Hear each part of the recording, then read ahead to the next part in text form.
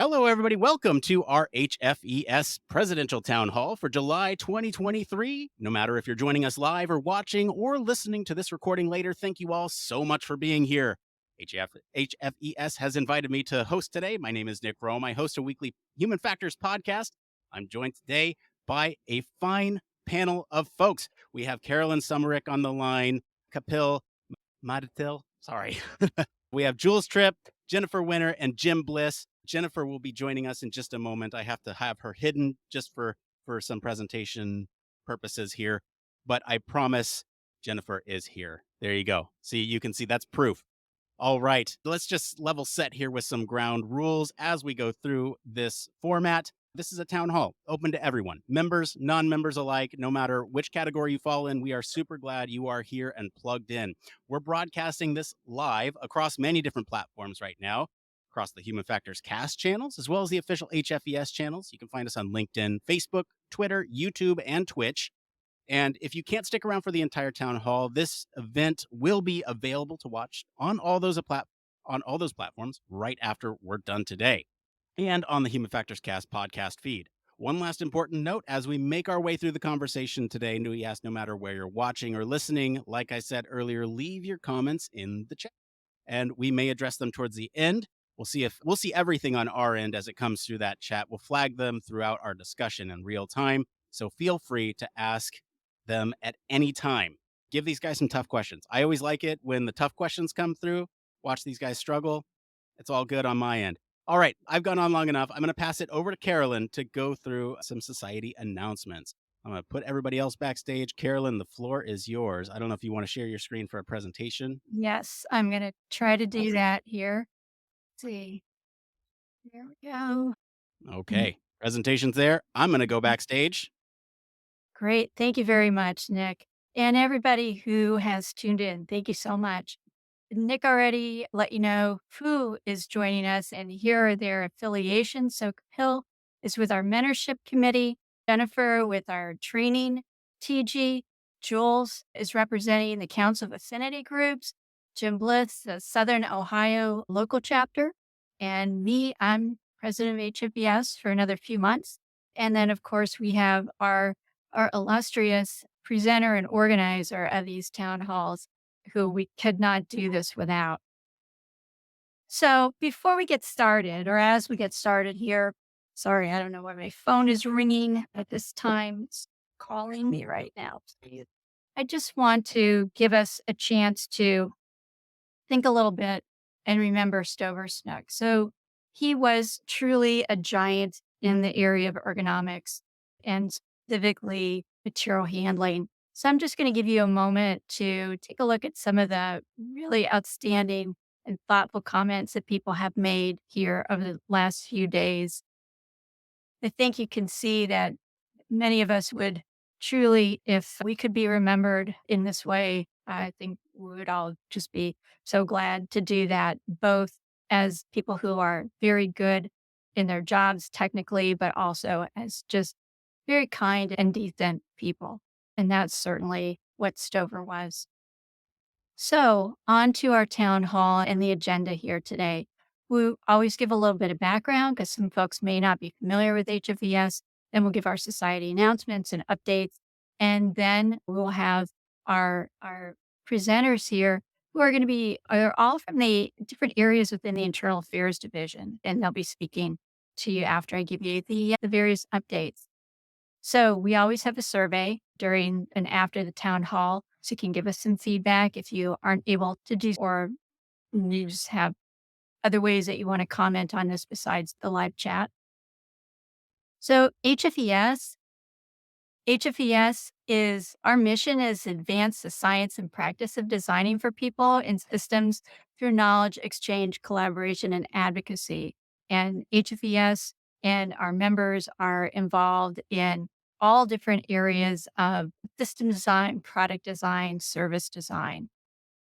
HFES has been in existence for many years, and we have about 3,100 members. We are truly, while we are located in the U.S. and we are a U.S. organization, we have members throughout the world. We have local chapters in the U.S. and Canada and other locations, and we have we're constructed of 26 technical groups. So those are where people find their people in terms of technical interest. I have that little asterisk there because I think we have another set of people that are working on proposing another technical group. So that's very exciting. We also have 5 affinity groups, and you're going to learn more about those in this talk as well. And we have students who are from a number of different programs throughout the country and this country and Canada as well. And I'll be talking about some of the activities that we have coming up that we hope that you'll participate in. We are Our membership is students, it's practitioners, it's researchers, and we are an organization that people very often join as a student and then stay for the rest of your career. And we hope that you think about doing that. And whether your career takes you into industry or government or consulting or academia, we support you in all of those. And that is in terms of the resources that HFES provides. It's also in terms of our collective annual meeting and our healthcare symposium, where we exchange information and knowledge with each other. And folks on the outside of HFES too. Obviously, our meetings are open to anybody. We, as I mentioned, we have a lot of resources for our members, job boards, career fairs. We have our member directory, which is really a wonderful resource. If you're thinking about moving to a particular area, you want to know, gosh, who lives in this state or this area, or you're a student and you're thinking, I would love to work for such and such a company. I wonder, does anybody in HFES work for that company? Maybe I could do some informational interviewing if I found somebody. And the member directory is a great resource for that networking.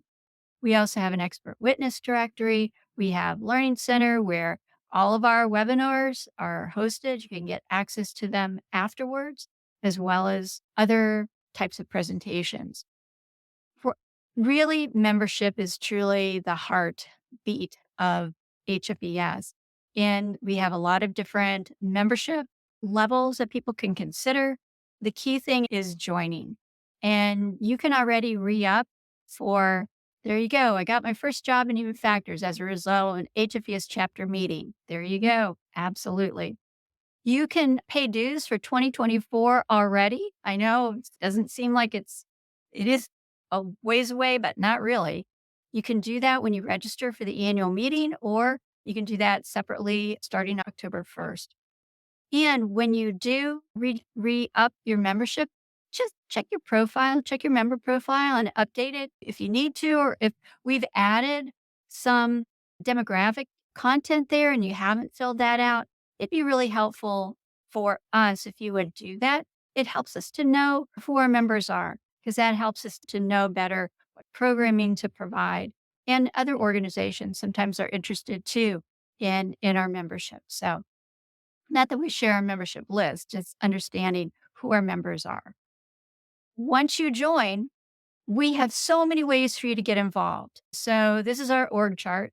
And if you're interested in technical standards, we got a technical standards division. You can inquire about how to get involved in standards.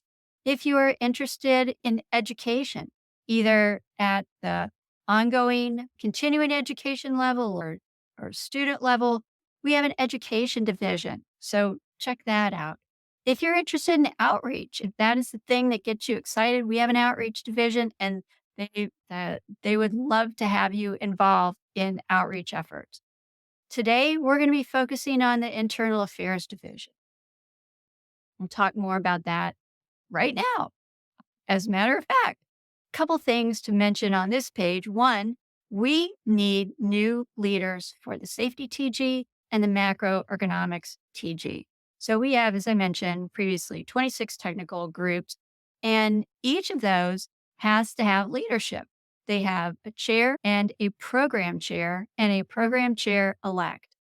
And the technical groups are the ones who really help us to construct the programming at the annual meeting but they do much more than that. So it's not just okay, October's over and then technical groups go into hibernation for 6 months.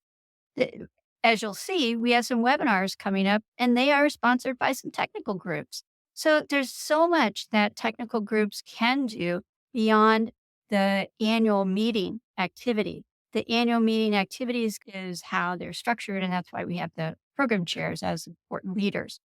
So if you are interested in tossing your hat in the ring for running for an office in one of these two technical groups, there's a QR code to the nomination form. It'll take you right to it right there. And if you don't have your camera handy, you can just email me. I can give you the information. We have executive council elections coming up in just about a week. So I want to thank everyone for who was nominated. I want to thank the folks who nominated people as well as the people who consented to be nominated. And you will see that slate and you will see the biographical information of those folks in upcoming bulletin here so that you can make an informed choice. Now, we, as I mentioned in our last town hall, we have a nominations and election task force that is active right now. And the intent of that is to help us understand what what gets people excited about considering to run for office and what might be keeping them back, holding them back from running for office. So there's going to be a survey that's coming out shortly from the Nominations and Elections Task Force. And I hope that you participate in that to share your perspectives on that with us. Because we would definitely love to have more people get involved at every level of leadership, technical group leadership, committee leadership, and then executive council leadership. Upcoming events. We have our annual meeting coming up in October, and it is connected with the ErgoX symposium. So ErgoX is going to be on the Monday of the annual meeting week. And so you could do both of those while you're with us in Washington. And then, of course, next year, healthcare symposium is in Chicago, and the international meeting next year will be in Phoenix. And so, more about the annual meeting in a moment. We have some upcoming webinars, as I mentioned. Our sustainability task force, which is doing such a great job at educating us about all things related to sustainability, has a webinar coming up at the end of July. Then we have our research to practice series, an entry for that. And then at the end of August, the product design TG is putting on a webinar.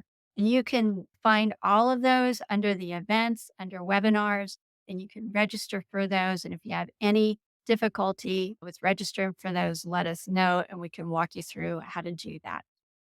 It gets easier once you figure it out the first time.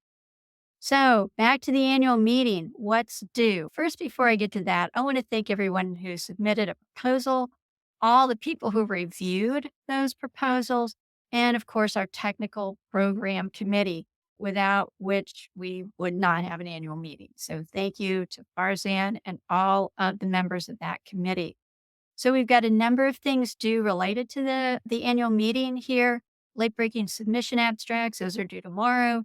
The first HFES doctoral colloquium. Thank you, Amy Bizantz and Lyndon Boyle, for coming up with this idea and then kicking it off this year. I'm sure this is the first annual doctoral colloquium. Applications for that are due tomorrow. The preceding submissions and copyright transfer for the annual meeting, that's due Monday. And then if you are going to apply for the Alphonse Chapanis Award, that is due on the 23rd. It's a Sunday. I don't know why it's a Sunday, but anyway, it's due a week from Sunday. At the annual meeting, we are going to recognize 7 new HFES fellows, and their names are right here. And we're so excited to recognize them. Understand, I mentioned this before, but fellows are people, our members who are excelling in their practice, in their research, in their educational endeavors. So this is not just for researchers. This is for anybody in HFES who excels at what they do, basically. So here you see education, R&D, applications of practice, management and supervision, outreach and advocacy. All of those are areas where people can excel and where we would recognize them. So if you know someone who is deserving of this recognition, give them a nudge and offer to assist with the application process. And we have a fellows poster session at the annual meeting. So you can talk with these folks. You can get to know them and understand a little bit about their career path. And also, gosh, how did you decide that you were ready to apply for a fellowship or for fellows recognition? You can ask them that. It'd be a great way for you to connect with our fellows. The updates on awards. So the awards nominations were due. That's all passed. So what happens after that? Now, all these different committees we have a committee for each one of these awards. They review all those nominations. And the awards committee is led by Ron Boring. Thank you, Ron. What a big job this is. As you can see, we've got a huge number of awards, and each one of those is connected to a person that chairs the committee and a committee that reviews the nominations that come in for that specific award. So thank you to everyone on that committee, and we appreciate your work.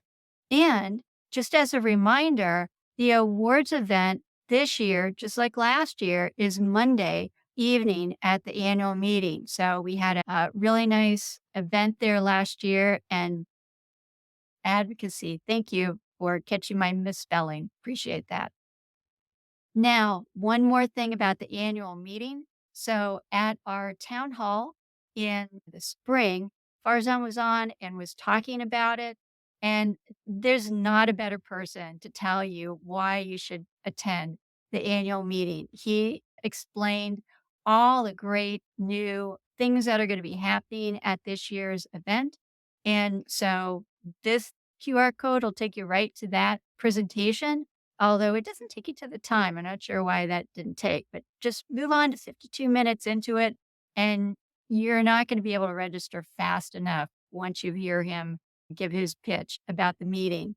You can also go on the HFES website and you can see the program in detail. You can register for the hotel, and we hope you stay at the conference hotel. When we meet our room block, that really helps us to keep the cost of the conference lower for everyone. So please consider staying at the conference hotel this year. So some more HCS updates. We have a new memorandum of understanding, this with the American Industrial Hygiene Association. We create these memorandums of agreement with different organizations that we then partner with to do programming and other sorts of initiatives that provide benefits to members of both organizations. As I mentioned in our last meeting, we have these service agreements, one with Rarefy, which is working on our website.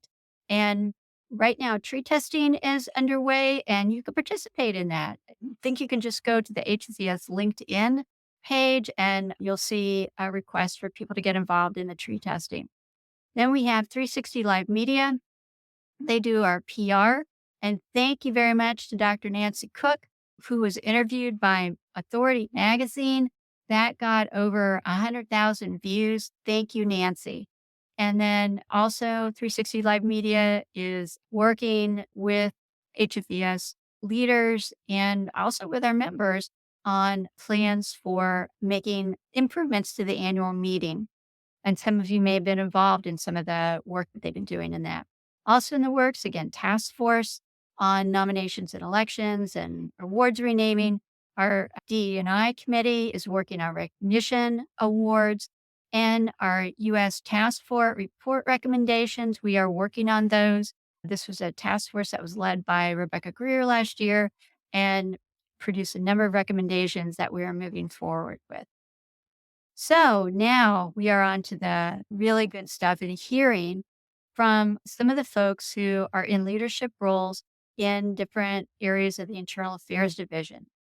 And so we have a mentorship committee that's been doing quite a bit of work and planning, and it acts as the umbrella organization over which different mentorship activities in HFES occur. So Kapil is going to tell you all about that. And then Jennifer is going to talk with us about one of the technical groups. So she leads the training TG and is going to tell you about that. And then Jules is going to talk with us about the Council of Affinity Groups and the affinity groups, because those are a little bit newer technical groups. We've had those for years and years. Affinity groups are newer and you may not know much about them. And so we want to give you more of an introduction about them. And then Jim Bliss is going to talk with you about one of our local chapters. They're very active. I think he's got some secret sauce that he might be willing to share. And I'm going to let you guys take it away. Thank you, Carolyn. And we're going to do just a quick little update to the order here. We're actually going to have Jennifer go first, and this is just because of some of the technical solutions that we're using behind the scenes. So, Carolyn, I'm going to put you backstage, and I'm going to pull out Jennifer. Welcome to the stage, Jennifer. So, Jennifer, let's start it off. We're talking here about the training technical group today, right? So, I guess we can just start off with what is the training technical group? Can you give us a brief overview of what it's all about and why it's an integral part of HFES? Yeah, and I'd like to answer that from the perspective of the role that I play in my organization and speak to the motivation for why I decided to get involved. I see the training technical group as the one-stop shop into awareness and focal points for who is doing state-of-the-art research and have capabilities to support training.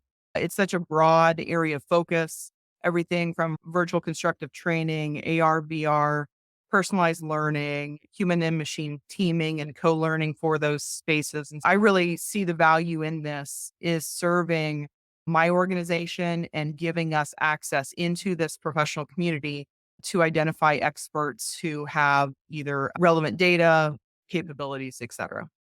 Got it. So, in your opinion, or I guess rather, could you share some of your team's accomplishments or some of the ongoing initiatives within the training technical group? Yeah. Yeah. And one of the reasons I wanted to join too is to increase that crosstalk. And so our activities and the guidance that I've given within the group has been focused on just that is increasing engagement and setting a standard, if you will, for thinking about how can we increase communication within this community. Some of the things that we've done included a webinar on the state of the art in augmented and virtual reality. Kudos to, first of all, the HFES staff for helping us figure out how to do a webinar, because that was new to me. And Laura Militello and Jim from MITRE for their contribution as the presenters for that. We did a follow-up webinar focused on some of the state-of-the-art research in human and machine teaming, thanks to Jim McCarthy and Heather Lum and Mustafa Demir from ASU for their role in making that reality. And then more recently, we've done some student engagement and did a matchmaker or a crosstalk event where we're putting industry representatives and employers in touch with early career and student members. And shout out to Kevin Oden, Angel Wang for leading that organization. And we had Kyle Towser from Lockheed Martin, Caitlin Kay from AFRL, my group, Nathan Essa from Clemson, and Greg McGowan from UCF. And these are some of the events that we've done that just have tried to envision what that engagement can look like and how we can increase the crosstalk amongst these folks. Love the crosstalk. Looking towards the future, what types of future plans does the training technical group have? We do anticipate some officer turnover. You will see another set of nominations go out for both a technical program chair, and we'll have some turnover in our electronic communications chair. Call to action for any members who want to help us in this goal of increasing the interaction. Send me a note. So we've got some officer placement to be done. I think the enduring challenge is to look and find people who are willing to give time to achieve the kind of sustained organic engagement that we're looking to really have and experience within the community. Please reach out. Happy to have you, anyone, as to lend a hand. Yeah, how can members or new members or existing members, how can we all contribute to these goals? Yeah, absolutely. Reach out if you're interested in presenting your work, participating in the student activities within the group, serving as a leader within our TG. My email address, jennifer.winner.1@us.af.mil. Happy to engage, and please let me know what I can do along those lines. Awesome. Thank you, Jennifer. Really appreciate you being here and talking about the training technical group. If you have any questions for Jennifer, drop them in the chat. Jennifer, I'm going to put you backstage. And then up next, we're going to have Kapil, and we're going to talk about the mentorship committee. Hello, Kapil. Welcome. And let's talk mentorship. Can you at least just give us a brief introduction to your role as the chair of the mentorship committee at HFES? Absolutely, Nick. So, as the chair of the mentorship committee at HFES, my role involves leading and supporting a dynamic team of 8 passionate members who really wants to create an environment where HFES members can thrive through meaningful mentorship experiences. So, we are conducting several interviews to understand the unique mentoring needs of our members. We are facilitating mentor-mentee connections and organizing other mentorship events to support our membership. Awesome. Awesome. So let's talk a little bit about mentorship programs in general. How do these mentorship programs improve the HFES human factors community and the profession more broadly? That's a great question, Nick. I strongly believe that these mentorship programs can serve as catalysts, right? That can spark remarkable improvements within our community, right? Let's imagine a world where you have got seasoned HFES members who are sharing their wisdom and expertise, right? With the new members, with the aspiring individuals, right? Guiding them towards achieving their career goals, right? So through these kinds of mentorship activities, we could potentially weave together a set of best practices, right? Established evidence-based methodologies and techniques in HFE, right? Enabling these new members to be very successful in their careers, right? Again, that's one thing that we always talk about when we talk about mentorship, right? But I believe mentorship is more than just sharing the knowledge. It's about creating connections, right? That transcend boundaries, right? Mentors need to, I guess these mentees need to gain access to the networks, right? Many a times they need to have, I guess, connections to form collaborations. They need people to open doors for these collaborations, right? We need to establish research partnerships. And we also need to have a supportive community of HFD researchers and practitioners, right? And so I believe these mentorship programs is a powerful recipe for growth where we could have fresh ideas, right, from these mentees when combined with the established expertise of the seasoned members. We could potentially push boundaries of what is possible as such. And I also believe that, I guess, these mentorship programs key role when you're looking at the diversity and inclusion aspects as such, right?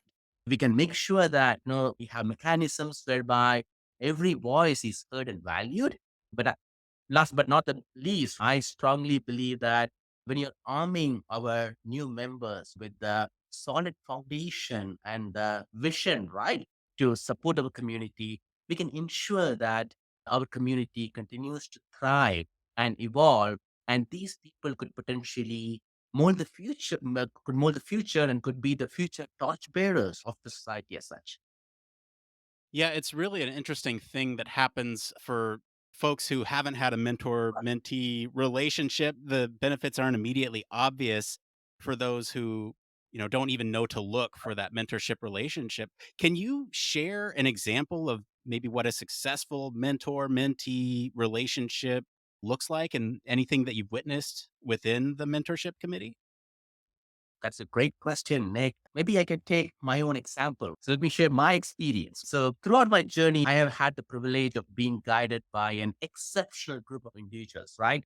Who have served as my mentors. Some of them were mentors, during my academic career, right? Whereby, and I guess, while as a student, I had Joel Greenstein, right? Who was my advisor, who served as a mentor. Joel Greenstein, Anand Gramopadi, Nancy Kirk, Baron Conwell are just a few of the brilliant minds that come to my mind. I first met some of these people either at school or at the annual meeting, the annual HFES conference, right? Where I was really amazed by their expertise and the passion for human factors and economics, right? But what truly made these kind of connections being successful was the willingness of these mentors to extend their support right beyond the conference halls as such. And I did have a lot of questions, and they were always open to my questions and eager to share the knowledge and experiences as such. I still remember sending them emails, right? and again, scheduling quick WebEx calls, right? At that time, it used to be WebEx, right? Seeking guidance on various topics, and they never hesitated to offer any of their insights as such, right? However, what I found to be, I guess, what most important was the diversity of the perspectives that they provided, right? So every mentor, they brought in a unique background and expertise to the table. And I believe that gave me a well-rounded view of the world, right? Many times they challenged me, right, to think critically, to look at different approaches to solve that particular problem and encourage me to push my boundaries, right? So I believe that collective effort and mentorship is going to be a key aspect when you are building, I guess, established or again, meaningful mentorship experiences, right? And my mentors' willingness to share their expertise, guidance, and providing these kind of diverse perspectives has played a significant role in shaping my journey as such. And I'm so grateful for that mentorship. And I strongly believe that the collective effort of mentorship is essential, right, for fostering growth and excellence within our community.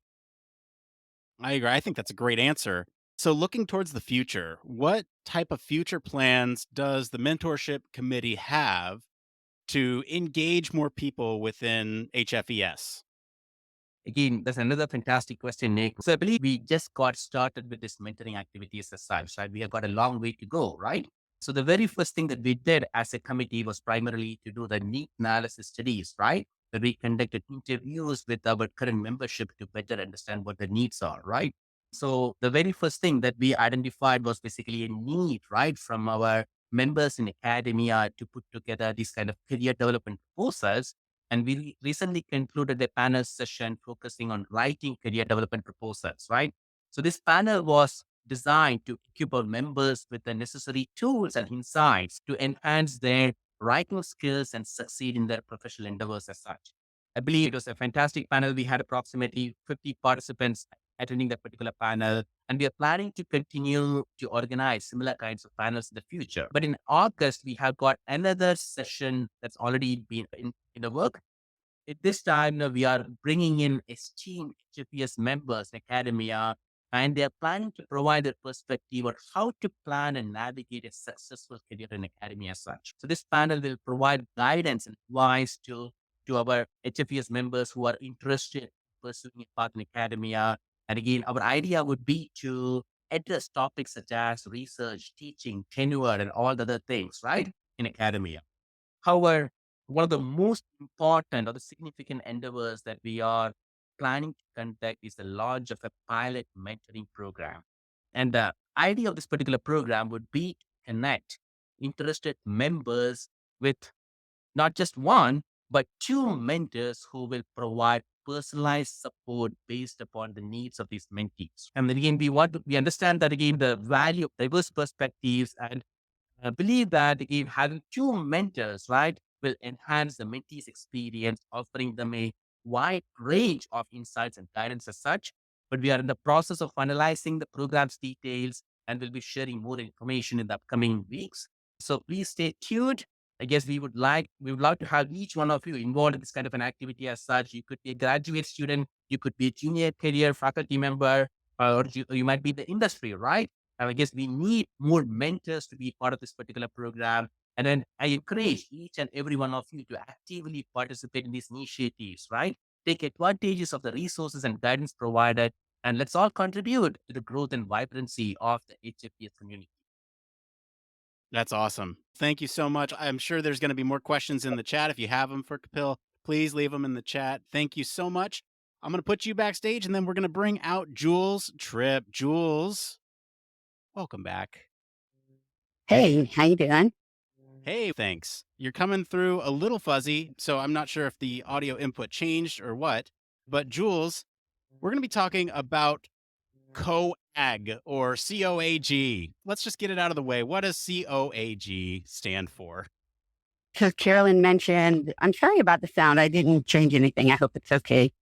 Carolyn mentioned it's a coalition of affinity group. So it's based on the concept of affinity group.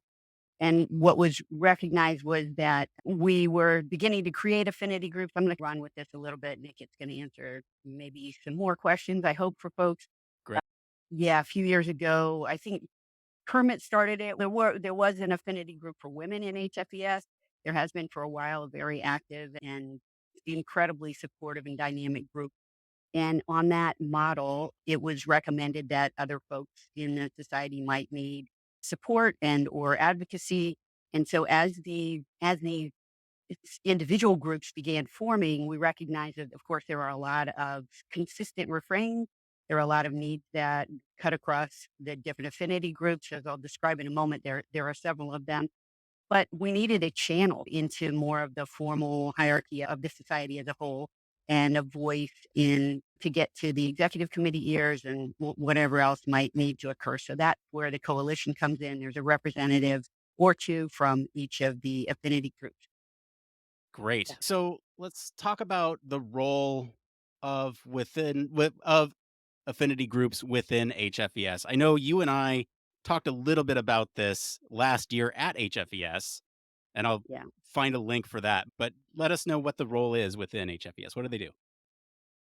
Yeah. So, you all probably are familiar with this type of group. If you're in industry, there are employee resource groups, ERGs, or if you're a student or in academia, there are plenty of student groups that are meant to give a space to typically marginalized communities within a domain, for instance. And there are a lot of professional organizations that tend to cater to exactly the populations of individuals within specific industries. So for us, like I said, the women's group was the first one to start, and they are called HFE Woman, and they do award ceremonies every year, really amazing stuff. And then we started the LGBTQ plus group, and then there was a BIPOC group got started, so Black, Indigenous, People of Color group, and there's a Disability and Chronic Illness group, which got started shortly thereafter, and there's a Korean HFES that sort of concurrently was rounding up their folks and getting started and being super active. And we recruited them to be an affinity group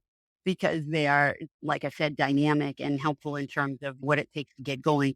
So you can see just by listening the folks that would be involved in those different groups that these are people that walking in the door of, say, an annual conference might not feel immediately seen or understood or valued, or like they had a community within that community, or like they were just represented, really is the point.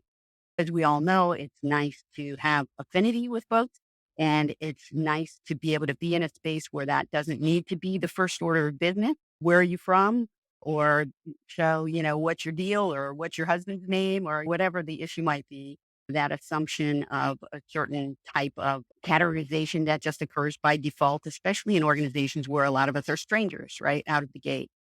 So this has been in response to wanting to maintain and bring in more members and to be able to help members feel supported within the community and stick around. Yeah. Can you point to it's hard to think about success of an affinity group. How do you measure success? And can you point to a success story within one of these affinity groups? Yeah, thanks, Nick. That's observant of you. Y'all can tell by just the descriptions of the 5 groups that we have. And by the way, that's not a closed set. If anyone feels the need to have other folks represented or seen or supported. So the range of activities for an affinity group is quite large. It can be anything from, like I said, support, which equals not financial support necessarily, but shoulder to cry on, a friendly ear, that kind of thing, or just understanding a space, a sort of safe space to be oneself, all the way to education of the greater membership. If we feel as if folks don't really understand the contribution of this community or the difficulties of this community within our society or within the domain of human factors engineering, all the way to advocacy, advocating for changes within the society itself or things that need to occur at annual meetings or things like that so that folks can be comfortable and present, actually be able to come.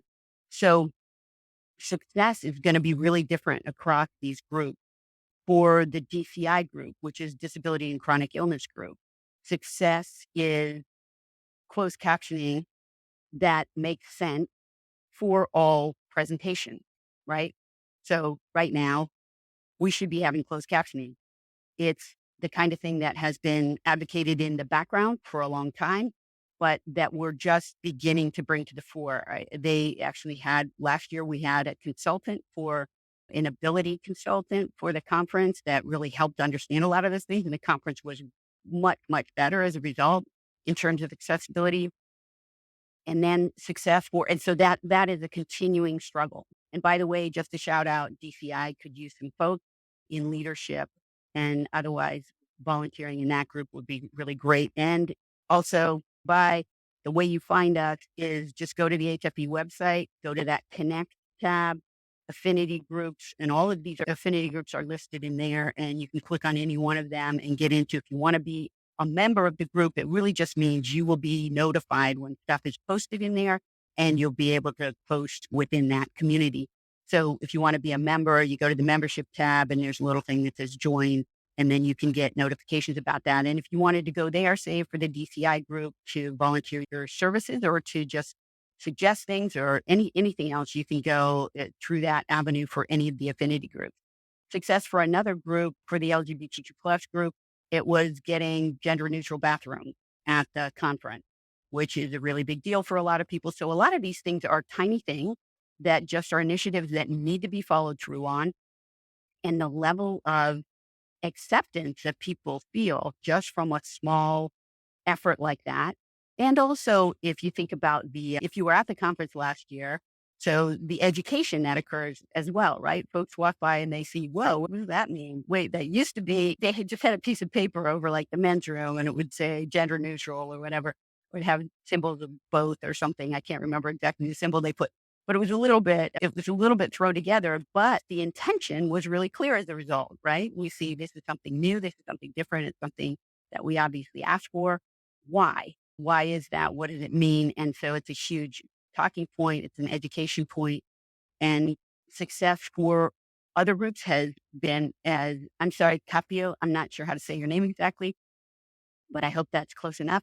Was talking about mentorship. So important for people to feel comfortable in the domain they're going into. And sometimes that means being affiliated with or connected with somebody who's like a certain part of your identity needs to feel supported in an environment. And you might have as one of your mentors, somebody who's an HFE practitioner or academic that is a woman or is queer, is a person of color.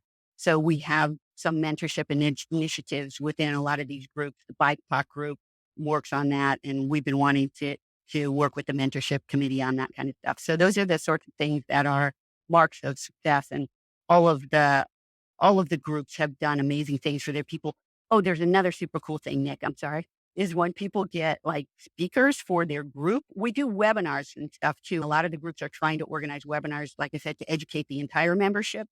But for within the group, getting speakers, Rose Figuero got this amazing speaker last year for the DCI group. So for the disability and chronic illness group, that was a legal voice about employment for disabled folks. So it's like, what are your rights? You don't always want to go to HR and expose yourself, and even within your company or your university or anything, expose yourself to whatever might occur as you out yourself in terms of some kind of disability.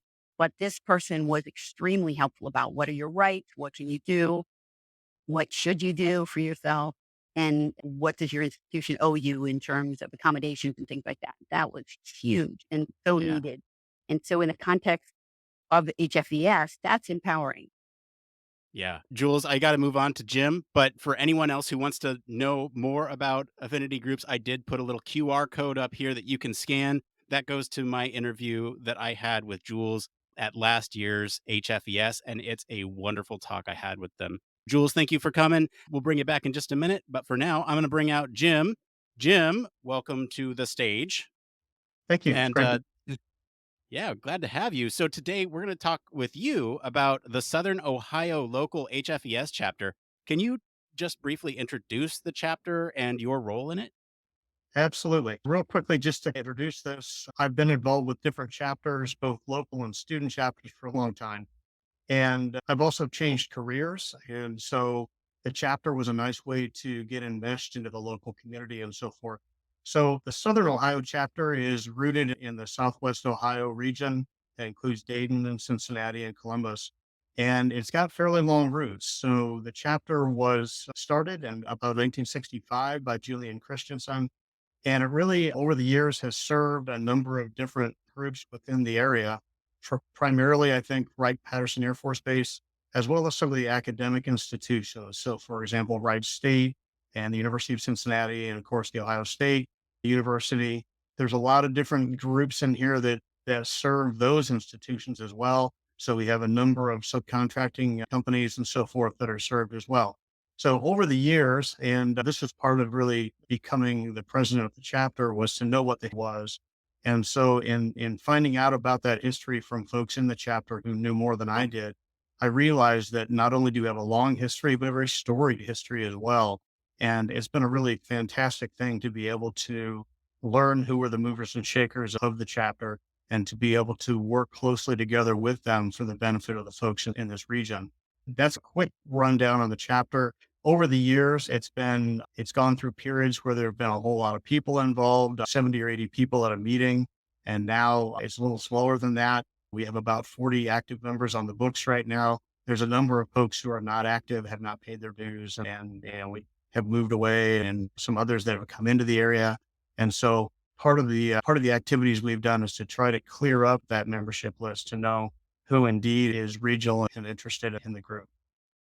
Yeah, regional HFES chapters are interesting, and I have my own experiences with them. But can you describe some of the key initiatives that are going on within the Southern Ohio chapter and how they align with HFES's overall objectives?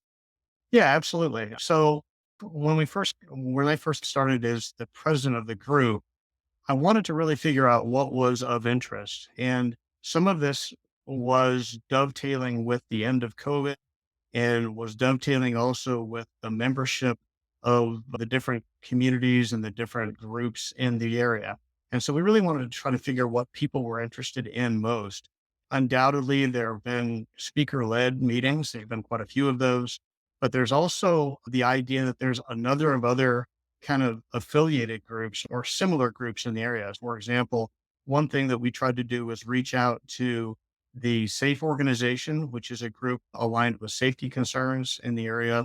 We're also very interested in looking at the Society for Information Display, that's also active and interested in collaborating with us.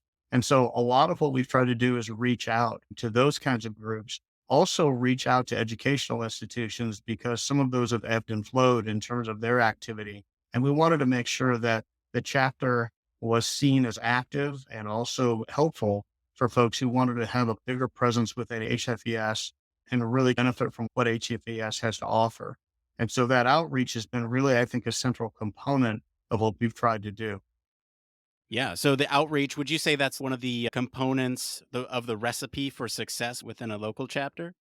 I say it is, okay, and that's more my opinion than I think dogma or fact, but it's my opinion. And to me, if I take a look at the benefits of a local chapter, and I really loved hearing Carolyn talk about the internal affairs division because I was actually the division chair back in 2009 when it was stood up. And as part of that, we started to look at what the real benefits of local chapters could and should be. And to me, I think it rolls along with an acronym that I've created called CLICK. And CLICK stands for cheaper because the local chapters are often cheaper to join than the overall organization is. They're also local. So you have access to local resources and local folks and so forth. The I stands for intimate because you can often have intimate kinds of get togethers and meetings to talk about business and talk about other kinds of common interests. We're collaborative in terms of, I've seen a lot of people come up with birds of a feather meetings, even within local groups to talk about particular areas of interest. And then the K, I think, is knowledgeable because local chapters have a certain regional and local knowledge that the larger organization really, by definition, is not going to have. And so those things to me really encapsulate why a local chapter is of interest and could be of interest. And speaking about what Kapil said about networking and collaborations and what Jennifer talked about with regard to identifying talent, Jules talking about advocacy to certain subgroups, the local chapters really serve a great purpose for accomplishing all of those things in a way that is, I would say, user friendly. Yeah, I think there's a lot to be learned from those examples, and like I said, I have my own personal experience with a local chapter that have been trying to revitalize for a while. Do you have any other key takeaways that some of those other local chapters can use outside of that framework? Yeah, as we've gone through the year, it hasn't always been smooth. So, for example, we're having our own challenges right now with our tax status and how we file taxes and so forth. And that's not going to be an easy challenge for us to overcome. But we've noticed some activities that I think local chapters and even student chapters can embrace. And some of this kind of falls from, again, the post-COVID era in terms of what purpose can these chapters serve and what kind of activities can they do. I mentioned speaker-led meetings, and that's always nice because people like to go to those. But at the same time, there's a variety of other things that chapters can embrace. For example, some chapters have looked at mini conferences. Some have looked at putting on webinar viewing parties, tours of local industries and local labs, joint meetings with other groups, which I mentioned just a few minutes ago. Job fairs are a possibility, and even reaching out so far as to giving presentations to, for example, K through 12 students, really to go in and say, what is this thing called human factors and how does it relate to your curriculum as a K through 12 student?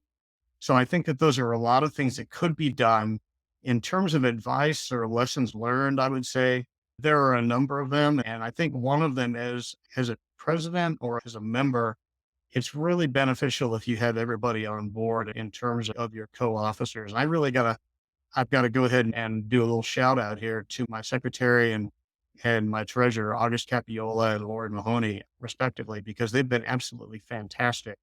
And we've also put in place a couple of directors, which are really meant to be folks who have large roots and institutional knowledge about the chapter.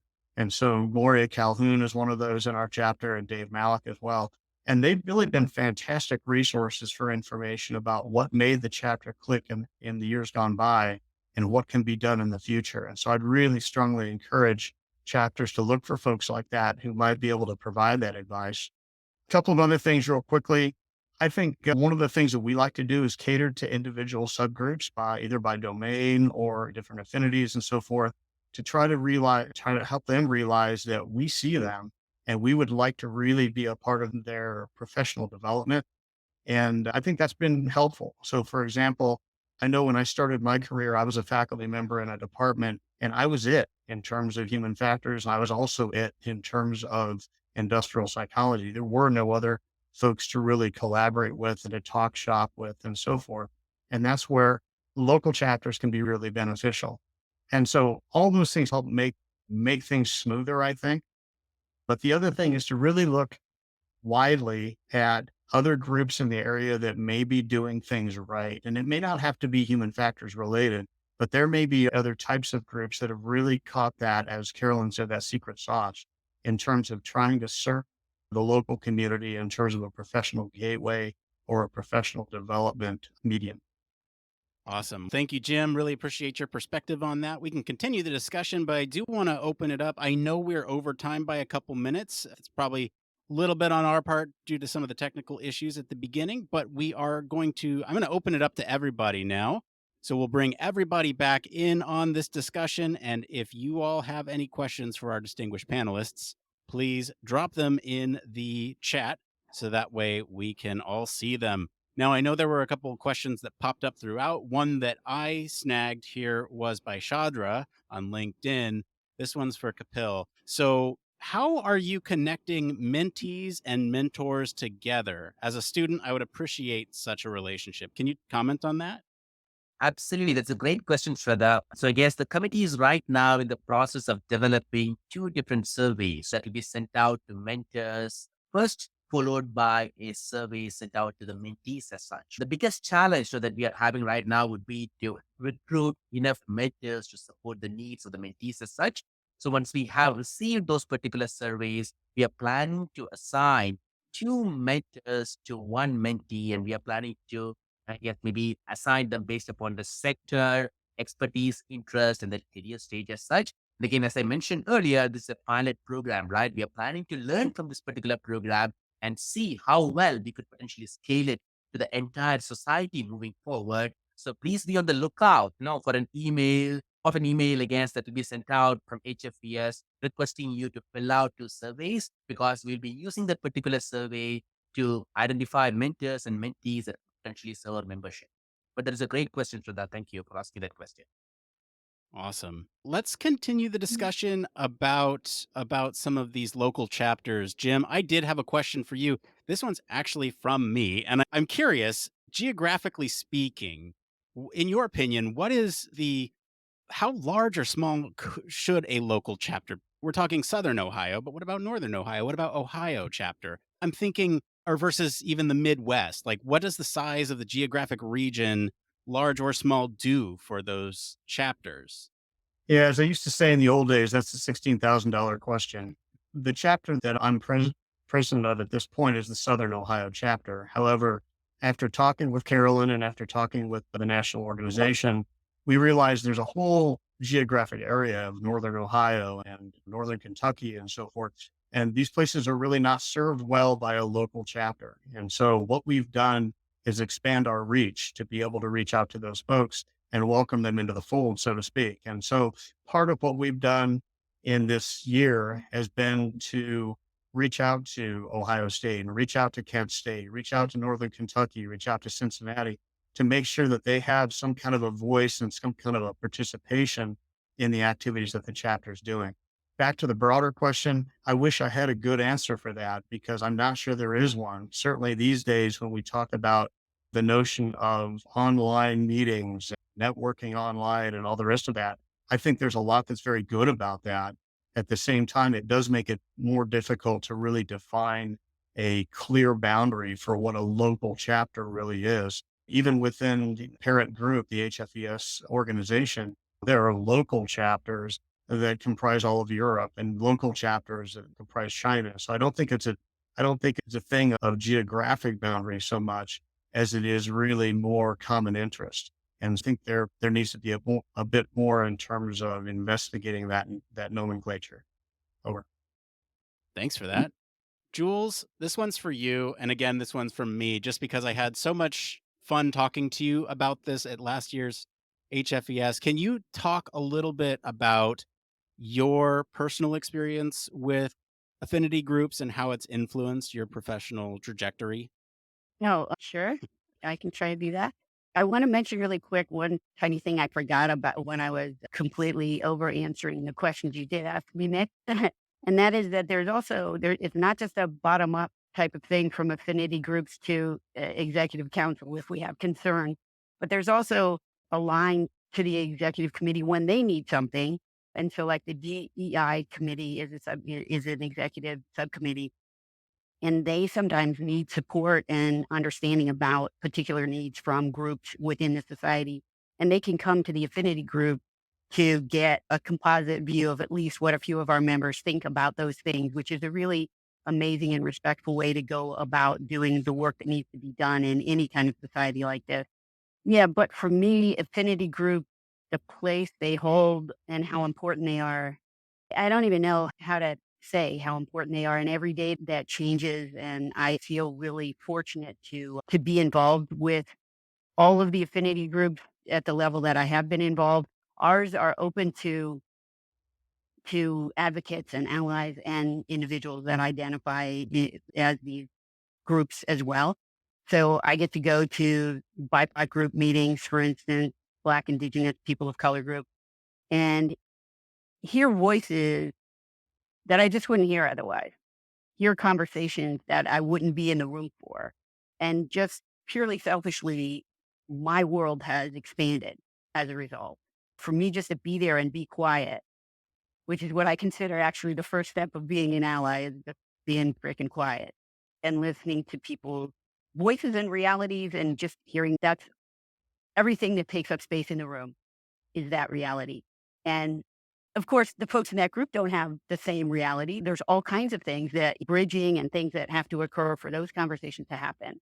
But that's just a tiny example of what can be gained from a situation like that. And if you imagine that, so I've gotten to take that forward in my personal and professional lives, but especially professionally, all of a sudden I have that much more affinity and respect and knowledge about someone else's reality. And it just makes space in the room and it makes space at the table. And we know that the more voices we have and the more honest those voices can be, the more comfortable they are in the room and at the table. Oh my gosh, right? What we can do with that. And in human factors, it's not just nice, it's mandatory, right? We are building for all humans. Yeah, I agree. All right. I think we have time for one more question, and then I think we'll need to get out of here. So, this last one here is for Carolyn. This is by Aninda on LinkedIn. Carolyn, what is a corresponding member? Yeah, thanks for that question. Corresponding membership is actually a new type of membership that we have. It's particularly for folks who are living outside of the US and who are a member of another IEA, a federated society organization. So, in other words, if you're already a member of society in another part of the world, here, this is a bit of a money saver and you don't have to join HVS. Obviously, we would love you to be a full member of AVS, but you may not be able to afford that or both memberships. And so this gives you access to pubs, our pubs, and which is a key benefit of membership. So you can actually see all of our different levels of membership. You go to HVS website, click on membership, and then once you're on that page, if you click on the join button, that'll take you to explain all the different membership categories there.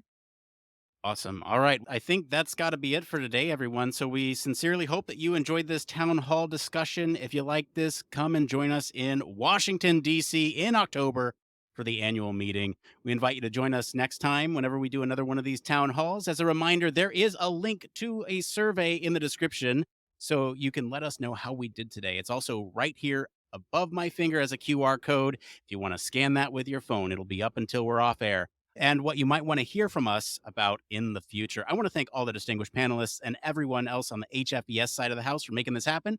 Always find the latest from HFES at hfes.org. And we encourage you all to join the HFES LinkedIn group. Take a look at some of those HFES bulletins in your emails. Keep up with some of the society news. As for me, I've been your moderator, Nick Roome. You can find me on Human Factors Cast, our weekly podcast, where we talk all about the latest things from the news around the human factors world, or you can find me across social media at Nick_Roome. Thanks again, everyone, for joining us on this town hall. And I always say this at the very end of every one of my episodes. I say it depends because human factors, that's the de facto answer for everything. All of you, I want to hear it on the count of three. Ready? 3, 2, 1. It It depends.